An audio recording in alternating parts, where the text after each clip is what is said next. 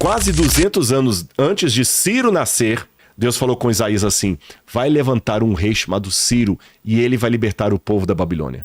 Um rei foi chamado pelo nome antes mesmo de nascer, e foi ele quem derrubou a Babilônia sem batalha. Neste corte, Rodrigo Silva explica como essa profecia se cumpriu. Inscreva-se, fique até o final e tire suas próprias conclusões. Mostra o próximo mapa depois depois desse aí, o próximo mapa. Olha o que aconteceu. Aí tem uma cidadezinha chamada Babilônia. Tá vendo Babilônia escrito aí, ó? Sipar, Babilônia, Sipar, Babilônia e Nippur.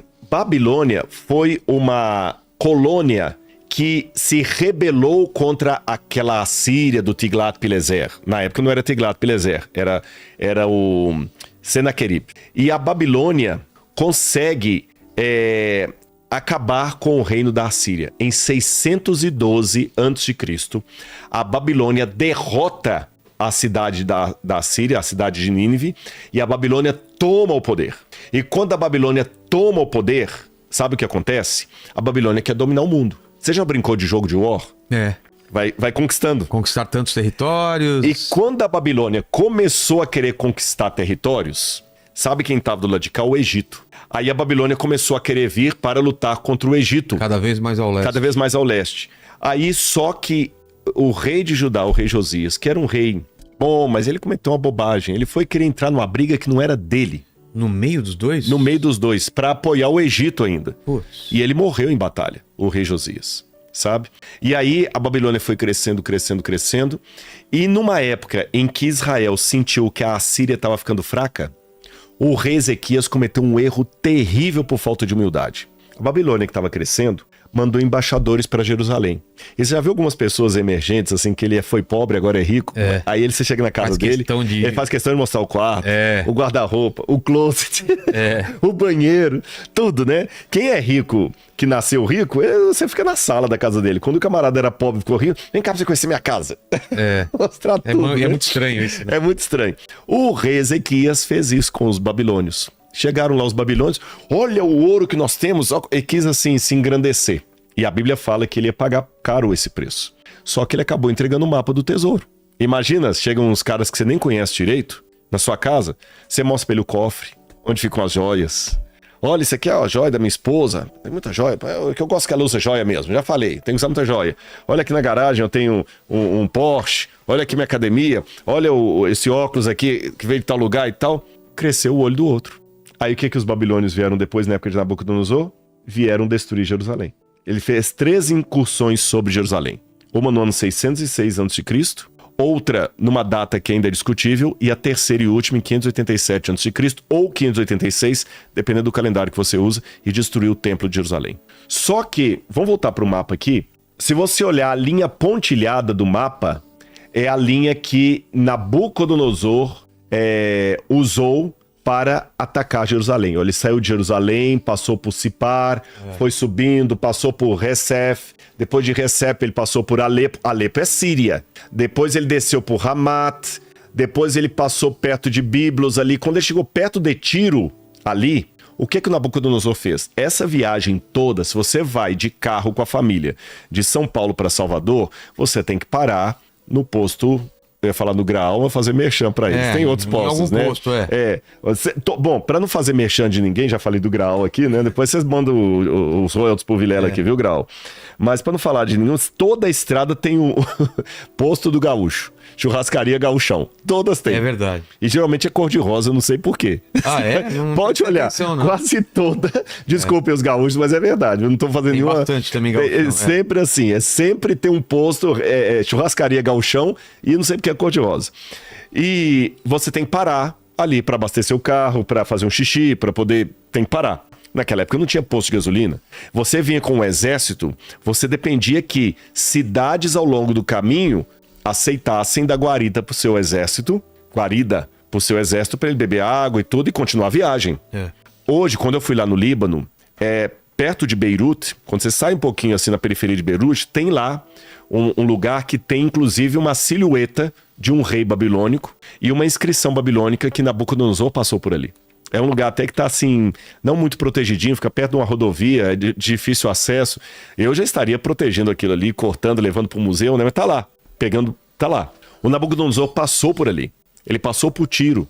E sabe o que o pessoal de Tiro fez? Parabéns, Nabucodonosor. Bem feito, Jerusalém. Uhul, destruiu Jerusalém. Nabucodonosor passou por lá na ida e na volta, depois de ter destruído o templo. Olha que curioso, pessoal. A cidade de Tiro, que construiu o templo de Jerusalém, comemorou a destruição do templo de Jerusalém. Que ironia da história. E eu vou mostrar isso para você na Bíblia.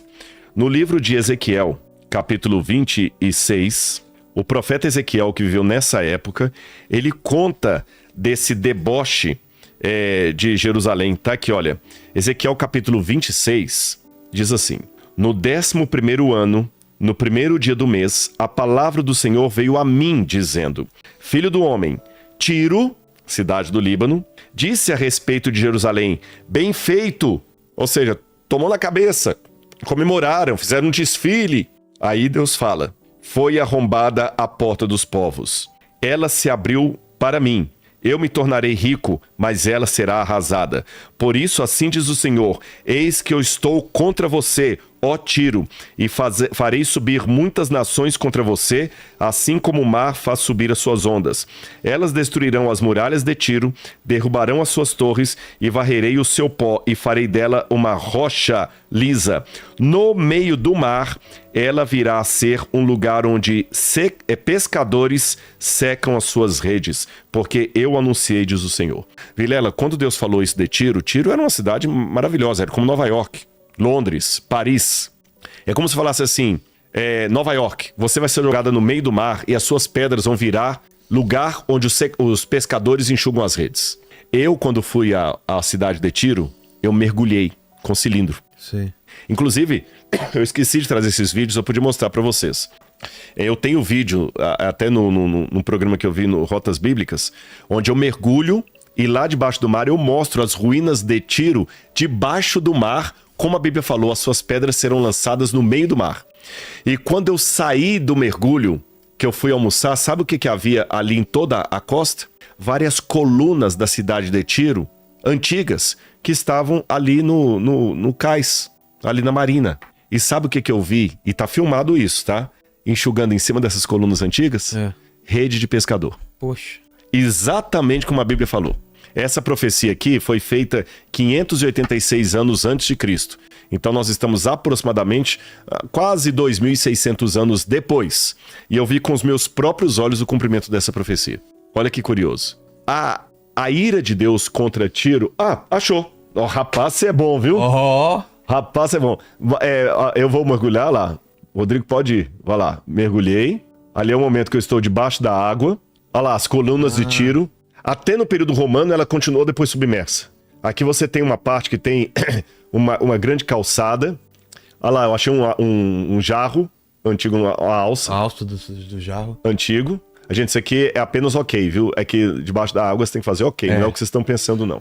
Se fizer aqui assim aqui é pra subir, né? Exatamente. Então olha as colunas. E quando eu saí... Aí eu vi, gente, eu ficava lembrando de Ezequiel 26, que ele falou: as suas pedras serão lançadas no meio do mar, você virá a ser um lugar, uma penha descalvada. Eu ficava lembrando debaixo da água aí, vendo a profecia se cumprindo. Eu ficava pensando, gente, como é que eu vou ser ateu depois disso? Qual a chance matemática disso cumprir por mera coincidência? A chance matemática é remota. E depois se quiser adiantar um pouquinho o vídeo, depois que eu saio da água... Tem uma parte aí que eu vou ver... Aí, ó, nesse momento, essa aí, por aí, ó. Eu tô atrás de mim, eu tô ainda molhado, ainda que sair da água. Olha lá as redes. Olha lá, estão vendo? Aí tudo são partes de redes. E debaixo dessas redes eu tinha colunas. Tem uma parte do vídeo que eu mostro as colunas antigas e as redes. Isso, inclusive, é um barco fenício, tá bem? Bom, isso aí é um pedaço da cidade de Tiro moderna. Então, eu vi cumprindo. A profecia... Obrigado mesmo por você ter resgatado esse vídeo aí, viu? E essa profecia foi tão forte que quando você vai no capítulo 27, o rei de Tiro é comparado a Satanás. Por quê? Por quê? Na Bíblia, eles pegavam às vezes a pessoa e o espírito divino ou demoníaco que estava por detrás da pessoa. Por exemplo, quando Pedro falou com Jesus assim: Tu és Cristo, o Filho do Deus vivo, Jesus virou para ele e falou assim: bem-aventurado és tu, Simão Bar-Jonas, porque não foi carne nem sangue que te revelou isso, mas o meu Pai que está no céu. Ou seja, o que você falou pelo Espírito de Deus. O Espírito de Deus falou através de você.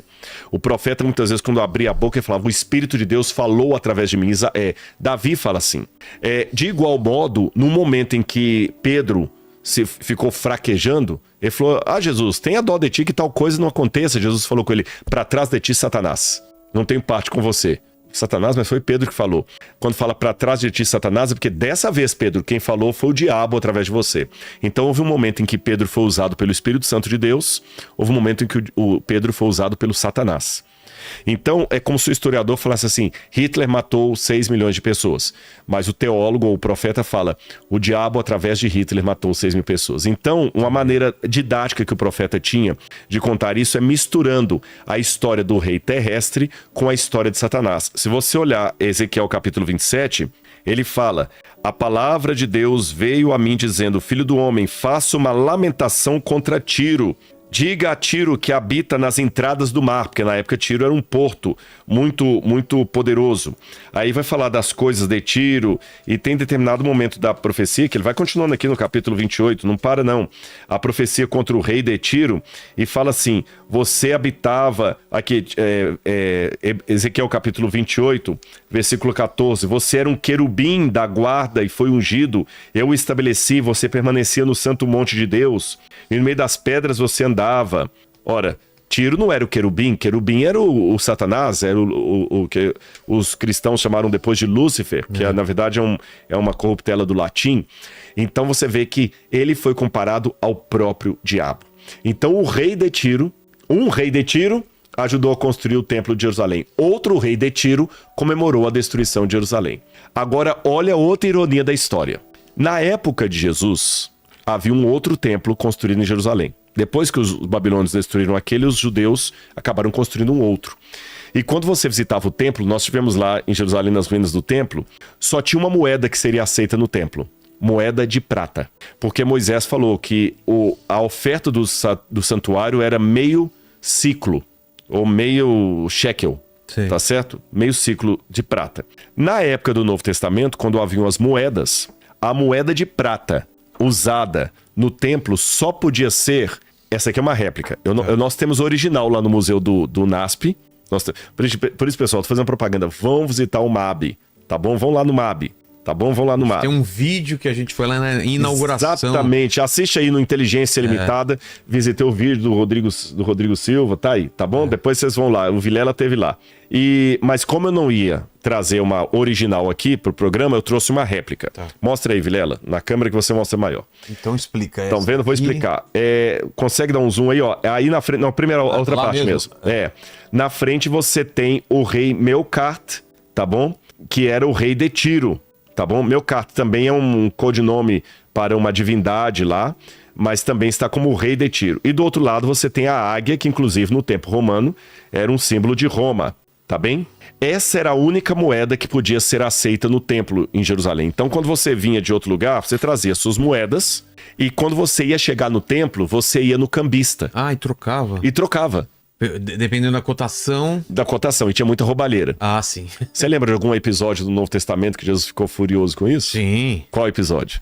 Ah, quando ele vai e quebra tudo lá, né? E pega um chicote e derruba as mesas. Qual que é o contexto daquilo lá? O contexto... Ele tava indo lá fazer o quê? Jesus foi adorar no templo e ele percebeu uma coisa que se fosse hoje, Jesus talvez desceria o chicote em muito religioso. Alguém me perguntou aí, não lembro mais do pessoal que estava com a gente, né?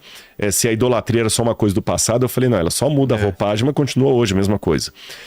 A corrupção religiosa que havia no passado também há hoje. Quando a pessoa mercantiliza a fé, você entendeu? Começa a vender milagre, vender cura. Isso lá. Exatamente. Jesus hoje também desceria o chicote em muita igreja por aí. Então ele desceu o chicote por causa daquilo. Agora, olha que interessante, porque a pessoa chegava com a moeda dele e o pessoal roubava ali no câmbio. E era essa moeda que a pessoa pegava, trocava e entregava de oferta no templo em Jerusalém, ou comprava o cordeirinho sem mácula também para oferecer no templo. Olha que curioso. Sabe onde essa moeda era feita? Onde? Em Tiro. Era cunhada lá. Por quê? Porque Tiro fabricava a moeda de prata mais pura de todo o Império Romano. Ela tinha 98% de prata pura e 2% de liga de outros elementos. Mas 98% era prata pura. Por isso que essa moeda era a única aceita no templo. Existe inclusive uma polêmica que, com o passar do tempo, alguns historiadores acreditam que quando Tiro foi proibida por Roma de cunhar moedas, Tiro não cunhava mais, então Jerusalém pediu autorização para cunhar as próprias moedas chamadas ciclo de Tiro. Sim. Aí, quando essas moedas passaram a ser cunhadas pelos judeus, sabe o que eles fizeram? Eu tenho uma lá no museu. Eles borraram o rosto do imperador e da águia. Então, você sabe, quando o rosto do imperador tá bonitinho e a águia bonitinha aqui, foi feita em Tiro. Sim. Quando tá borrada, foi feita em Jerusalém. Por causa da idolatria? Por causa da idolatria. Era uma maneira de não parecer que estava levando algo pagão pro templo. Entendi. Aí, olha que interessante. Tiro ajudou a construir o templo, comemorou a destruição do templo, foi comparado a Satanás, e as moedas que Tiro fabricava que eram as moedas usadas no templo. E quando Judas traiu Jesus, Judas ganhou 30 moedas de prata para trair Jesus. Judas ganhou 30 moedas dessa. Olha os altos e baixos da cidade de Tiro. Olha os altos e baixos do Líbano em relação a Israel. É certeza que era essa moeda aqui. Era essa moeda, sim, porque Judas ganhou 30 moedas de prata, ele ganhou do sacerdote. E quando fala de prata, não está se referindo a nenhum... Não era estáter, não era porque a moeda de prata que era usada não era o estáter, não era a de... em todo lugar. Exatamente, era essa aqui. E os sacerdotes que pagam Judas. Entendi. Então ele recebe 30 moedas de prata. Era muita coisa? Não. 30 moedas de prata não era um valor muito alto? Não, dava pra comprar uma criança escrava, que não era uma coisa tão difícil de ter na época. Então não foi nem tanto dinheiro que eles venderam? Não, é como se fosse hoje você trair alguém pra comprar um iPhone. Putz. Nem do último modelo. Sei. Um iPhone usado. Achei que era uma coisa exorbitante. Talvez são uns 5 mil reais. Ele rico, então. Não, de jeito nenhum. Bom, gostaram das curiosidades de Tiro? O pessoal tá gostando aí? Tá bom? Então esse é o Líbano de hoje. Eu vou contar mais uma história interessante envolvendo o Líbano. Olha como é que Deus não faz acepção de pessoas. Eu mostrei aqui um alto e baixo do... como é que fala? Do Líbano em relação a Israel, tá certo? Ajudaram a construir o templo, ajudaram a destruir o templo, depois comemoraram a destruição do templo. Quando o profeta Elias falou de uma grave fome que ia acontecer no norte porque o povo de Israel estava em idolatria, e Elias foi perseguido pelo rei Acabe e pela mulher dele, Elias fugiu. E sabe para onde que Elias foi? Ele foi primeiro para a região da Síria. Eu vou ler para você aqui. Segundo Reis, capítulo 17. Segundo livro de Reis, capítulo 17. Olha a ironia da história. Segundo livro de Reis, capítulo 17. Segundo Reis, capítulo 17. Deixa-me ver aqui. Não é Primeiro Reis, eu creio. 17, não é Segundo Reis. Primeiro Reis, capítulo 17. Olha aqui. Quando Elias, o tesbita dos moradores de Gileade, disse a Acabe, rei do norte, agora você tá em casa, já sabe, rei do norte, rei de Israel, capital Samaria, tá bem? Que era poluído de idolatria. E o profeta Elias estava profetizando ali. Enquanto isso, havia o rei de Judá aqui com Jerusalém. Ok, então o rei falou, tão certo, o Elias, o profeta falou, tão certo como vive o Senhor Deus de Israel, a quem eu sirvo, não haverá orvalho nem chuva nos próximos anos, a não ser quando eu disser. Então a palavra do Senhor veio a ele dizendo, saia daqui e vá para o leste, junto ao ribeiro de Quiriate, nas mediações do Jordão. Você beberá a água do ribeiro que ordenei aos corvos que sustentem você naquele lugar. Então Elias vai para o Quiriate, ele atravessa o Jordão e ele vai para a região da Síria, que é inimigo de Israel. Ele passa da Jordânia, do atual Jordânia, depois ele sobe para a Síria, e ele, na época da fome, fugindo, sabe para onde que Deus manda ele? Sarepta. Quem já conhece a Bíblia aí já ouviu falar de Elias e a viúva de Sarepta. Aqui está em 1 Reis capítulo 17, versículo 8 em diante. Então a palavra do Senhor veio a Elias dizendo, levante-se e vá para Sarepta. Aí eu já vi muita pregação sobre a viúva de Sarepta. A pregação conta a história que Elias chegou na casa da viúva, mediante a fome, falou assim, o que você tem para comer? Me dá alguma coisa de comer. Ela falou assim, eu não tenho nada, eu só tenho um pouco de farinha, eu vou fazer um bolo para mim e para o menino, um pouco de azeite, vou fazer um bolo, vamos morrer, comer o bolo e acabou. Ele falou assim, não, faz um bolo para mim. E ele multiplicou, pela palavra de Deus, a botija de azeite da viúva e também a farinha dela. Agora, uma coisa que muita gente não percebe ao contar essa história da viúva de Sarepta é que ela era libanesa. Olha o que diz aqui: levante-se e vá para Sarepta, que pertence a Sidom. Até hoje você tem a região de Sarepta lá no Líbano. Então, e Jesus no Novo Testamento falou o seguinte: olha, vocês já perceberam, Jesus fala, acho que é Lucas capítulo 4, verso 25, quando Jesus foi rejeitado em Nazaré. Deixa eu ver se a passagem é essa mesmo, que eu acabei não anotando ali. Lucas capítulo 4, versículo 25, deixa eu ver se é essa mesmo. Aqui, é essa mesmo aqui, ó. Ó, Jesus falando para os nazarenos, lá a cidade dele. De fato, eu afirmo vocês que nenhum profeta é bem recebido em sua própria terra. Jesus falou aquilo lamentando dos seus compatriotas judeus que o estavam rejeitando. E ele disse: na verdade eu lhes digo que havia muitas viúvas em Israel no tempo de Elias, quando o céu se fechou por 3 anos e 6 meses, reinando grande fome em toda a terra. E Elias não foi enviado a nenhuma delas, das viúvas de Israel, a não ser uma viúva de Sarepta. Sarepta. Havia também muitos leprosos em Israel nos dias do profeta Eliseu, e nenhum deles foi purificado a não ser Naamã, o sírio. O que eu aprendo com isso? Que mesmo sendo reinos inimigos de Israel, Deus tem povo sincero lá. Você percebeu isso? Deus tinha uma viúva sincera em Sarepta e foi para ela que Deus mandou o profeta. Deus tinha um general sincero na Síria, Naamã, e foi para ele que Deus mandou a cura, e não para os outros leprosos. Isso quebra, Vilela, o orgulho espiritual que muita gente tem. Sabe, muita gente é muito xenofóbico. Ou seja, Deus tem povo sincero mesmo entre os inimigos de Israel. Eu vou dar um exemplo para vocês mais. Marcos capítulo 7 conta uma outra história aqui de uma mulher que Jesus curou a filha dela. E a mulher, Marcos capítulo 7, versículo 24, diz assim: levantando-se Jesus dali, foi para as terras de Tiro e Sidom. Agora, você já sabe no mapa, pode deixar esse mapa mesmo aí, olha. Estão vendo aí no mapa, onde está escrito Beyond, tá? O B e o E, você consegue colocar aí a Beyond, B e o E. Sim, tem um lado. Exatamente, aqui ó, Beyond. The River. Isso, não, desce mais. Isso, agora sobe um pouquinho. Sobe. Aí... Essa água aí, ó, passou demais. Aí, ó. Esse é onde tá o mouse aí, é o Mar da Galileia. Jesus saiu do Mar da Galileia e foi para Tiro e Sidom. Olha no mapa aí. Jesus foi para o Líbano. E lá no Líbano veio uma mulher Ciro-fenícia. No tempo do Antigo Testamento, toda essa região era chamada de Canaã, e o povo que ele vivia eram os cananeus, inimigos de Israel. Tanto é que Marcos, quando conta essa mesma história, Mateus capítulo 15, chama essa mulher de Cananeia.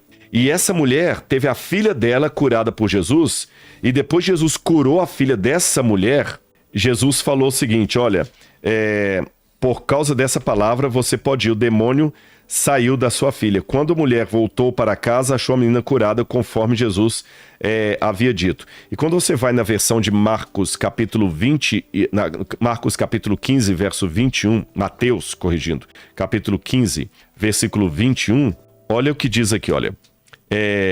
Verso 26, Jesus falou: mulher, que grande fé você tem, que seja feito como você quer. Aquela mulher era pagã, era cananeia, era libanesa. Jesus falou que tinha uma fé nela que ele não encontrou em Israel. Então, o que a gente percebe? A gente tem que tomar cuidado para não confundir o grupo com o indivíduo. E nem rotular o indivíduo pelo grupo ou tomar a parte pelo todo. Vamos ao próximo mapa, nós já estamos indo para o final já. Vilela, tá cansativo ou dá para um pouquinho aqui? Não, tá tranquilo. Tranquilo? Pois bem, como eu já havia falado com vocês, esse mapa aqui é um mapa do século 13 a.C. Então você tem ali o reino cassita, que vai ter a Babilônia, depois a Babilônia vai crescer, o verde, vai se tornar o Império da Babilônia na época de Nabucodonosor, mas isso pelo menos 700 anos depois. Você tem a Assíria, que nós já estudamos, e nessa época do século 13, o Egito dominava toda essa parte aqui. Mas eu quero chamar a atenção para esse império que está ali chamado Hitita. Tá vendo esse império? Roxo é a Turquia, que hoje também é inimiga de Israel, né? Vamos falar assim, nem sei como é que eu me expresso, porque o pessoal o considera um ditador, o Erdogan, ele odeia Israel, odeia mesmo. Declaradamente? Então, declaradamente. Até onde eu saiba, Se eu tiver errado, vou pedir para alguém me corrigir na internet, aí pode corrigir. Até onde eu saiba, oficialmente, a Turquia não rompeu relações com Israel. Oficialmente. Mas na prática, é como se tivesse rompido. Por exemplo, a Turkish Airways, que fazia sempre o voo para Israel, já não voa mais para Israel. Tá certo? E ele odeia Israel e ele apoia Hamas, apoia Irã e fica rosnando de lá. Só que, na época bíblica, eles eram chamados de Império Eteu ou Hitita. Quando você lê na Bíblia os Eteus ou Hititas, eram a mesma coisa. Inclusive, alguns dos Hititas estavam morando na terra de Canaã. Foi na mão de um dos Hititas que Abraão vai comprar o terreno para sepultar Sara. Um dos principais guerreiros de Davi, que Davi até pegou a mulher dele, era Urias. E Urias era hitita, da região onde hoje é a Turquia. O Império Hitita era enorme. E uma curiosidade para você, por muitos e muitos anos, os críticos da Bíblia, aqueles mais céticos, diziam que a Bíblia mentiu quando falou do Império Hitita ou do Reino Eteu, que nunca existiu nenhum reino com esse nome, que isso era mentira da Bíblia, invenção da Bíblia. Porque fora da Bíblia não havia nenhuma prova arqueológica da existência de um império, como a Bíblia dizia, chamado Império Hitita. Até que quando a arqueologia começa no século XIX, comprovou-se a existência do Império Hitita sim, e ele era enorme. Em Borgaskoi ficava a capital do Império Hitita no passado e ele era muito grande. Muito grande. A sua capital era enorme. E hoje muitas peças do Império Hitita podem ser encontradas no Museu de Istambul. E até perceberam depois que vários documentos egípcios falavam dos hititas além da Bíblia. Só que os egípcios chamavam os hititas de povo Reta. Tá vendo que em arqueologia a ausência de evidência nem sempre é a evidência da ausência? Vamos continuar.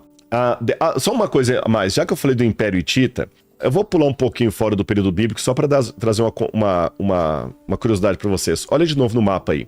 O Império Hitita cresceu bastante, se tornou o Império Turco-Otomano.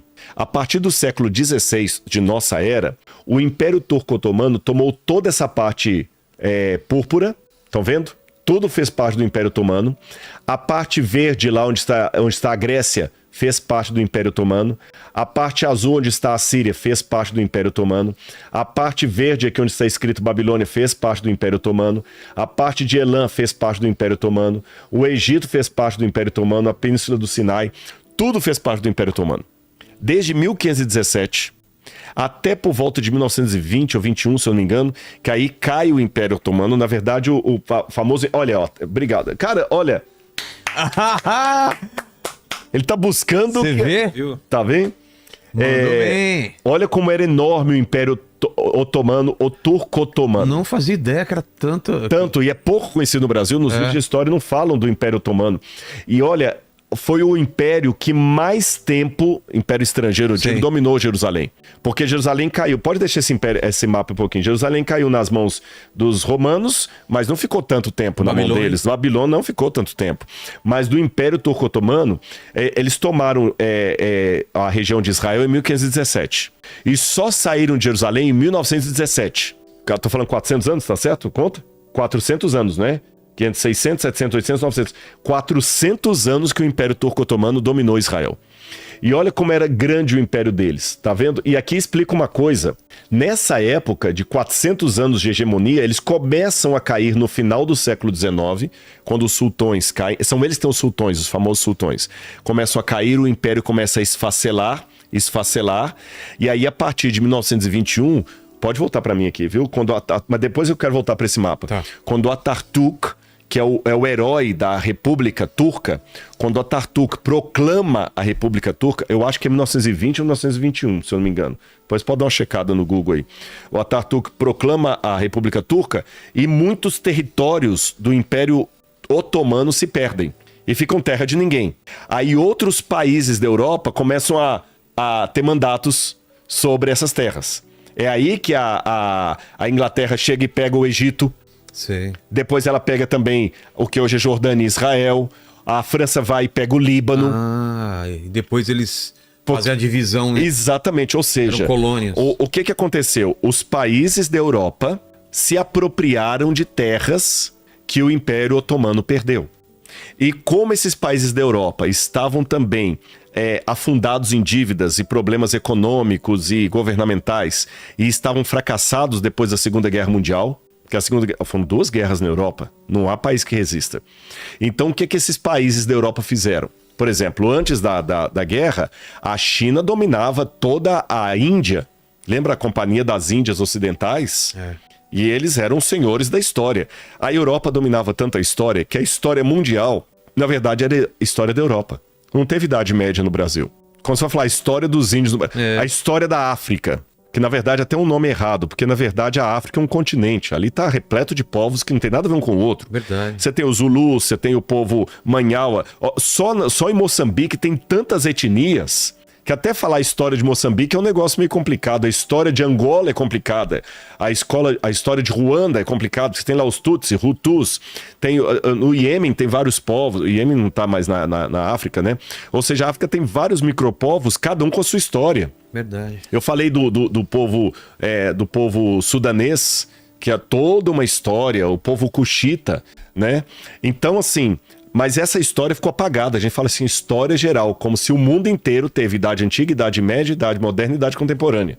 A gente fala Primeira e Segunda Guerra Mundial. Não, foi Guerra da Europa, não foi Guerra Mundial. A Europa era a senhora.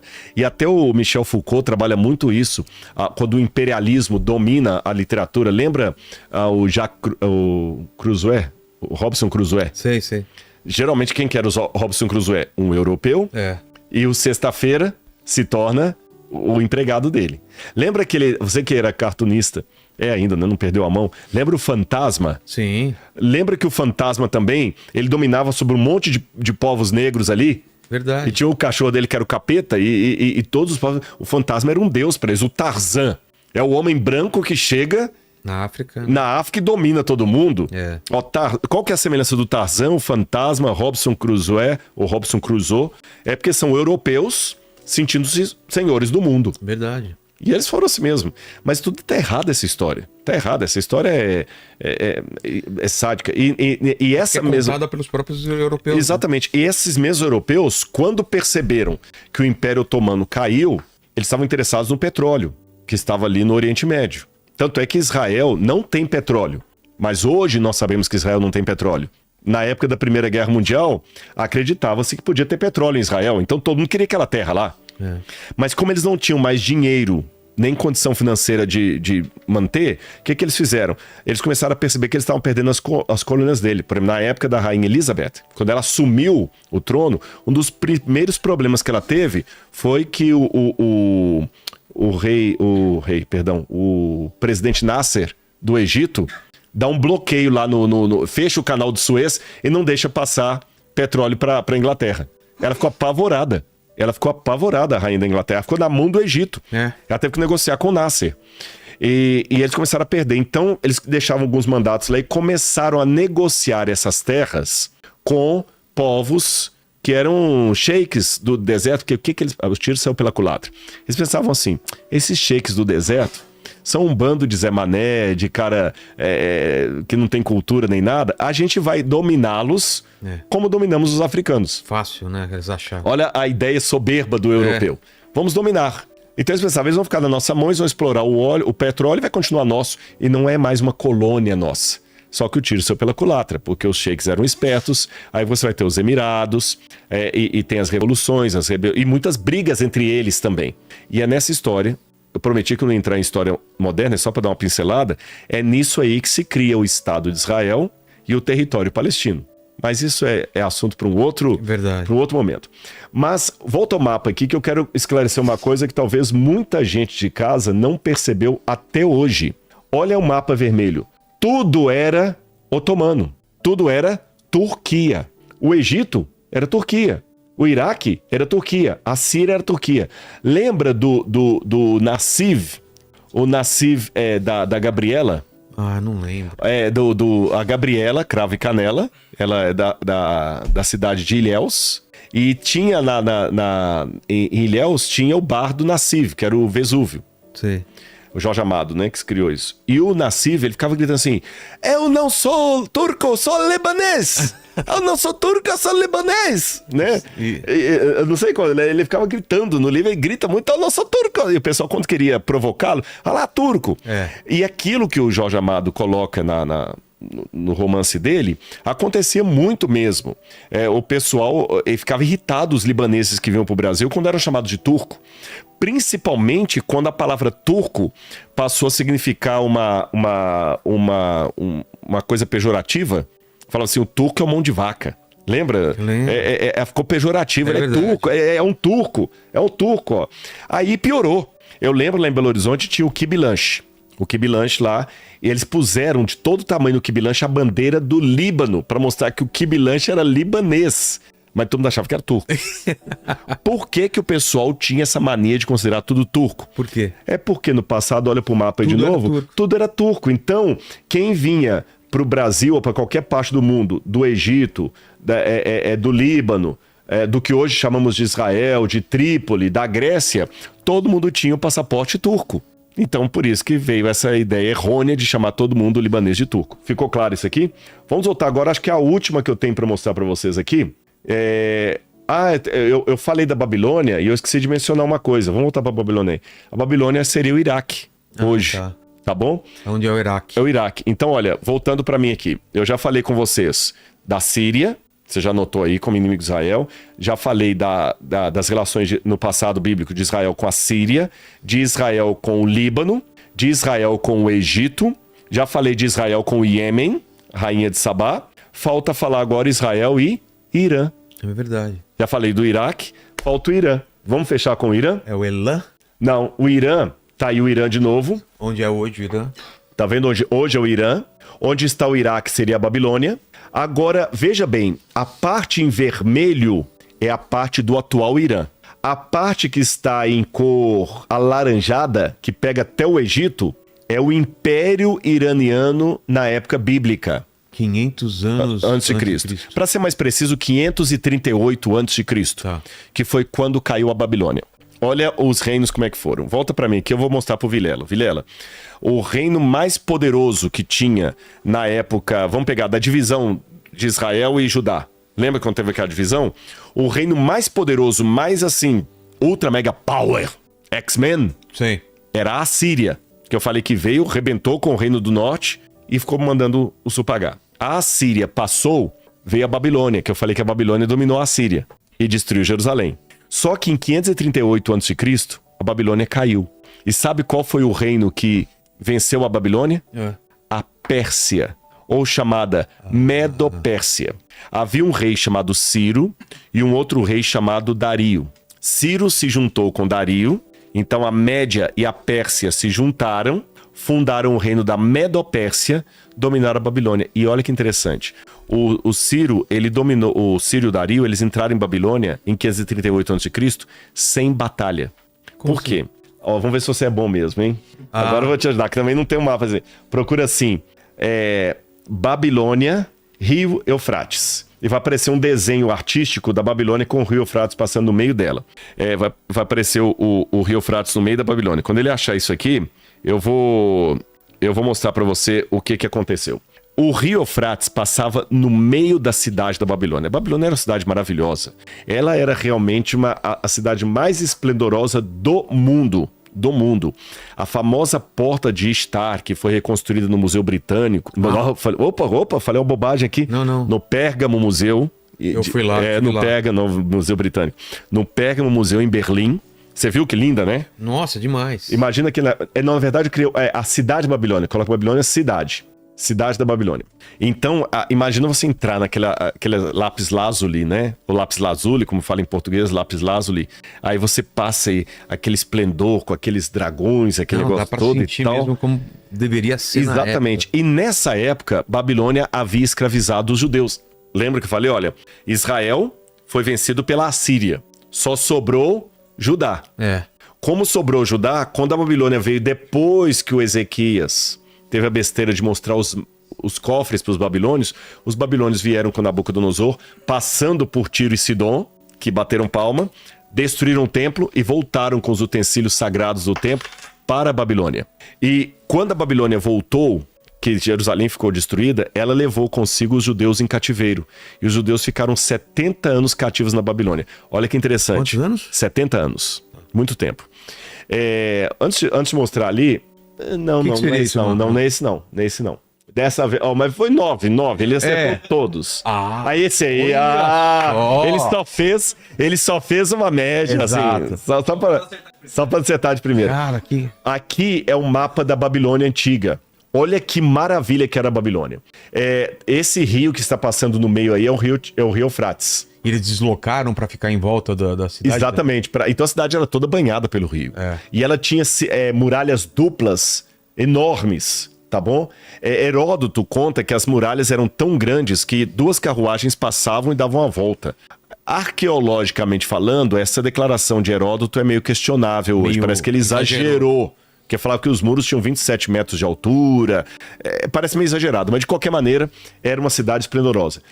Quer ver? Vou mostrar aqui. Estão vendo uma espécie de pirâmide ali no meio? Aí é o templo do Marduk. Quando você foi lá no museu que eu mostrei aquele tijolo com a inscrição de Nabucodonosor que eu traduzi, veio desse aí, olha, desse complexo do templo de Marduk, para onde Nabucodonosor levou todos os utensílios sagrados de Jerusalém. Continua subindo a mãozinha lá para cima, pode subir, subiu demais, volta. Agora vem pro lado, pro outro lado, isso, pronto, um pouquinho mais, mais um pouquinho. Até o rio? Até aí, pronto. Aí onde tá a mãozinha, ficava o Palácio de Verão de Nabucodonosor e os famosos Jardins Suspensos da Babilônia. Era aí? Uma das maravilhas da antiguidade. Era uma coisa absurda. Pra época.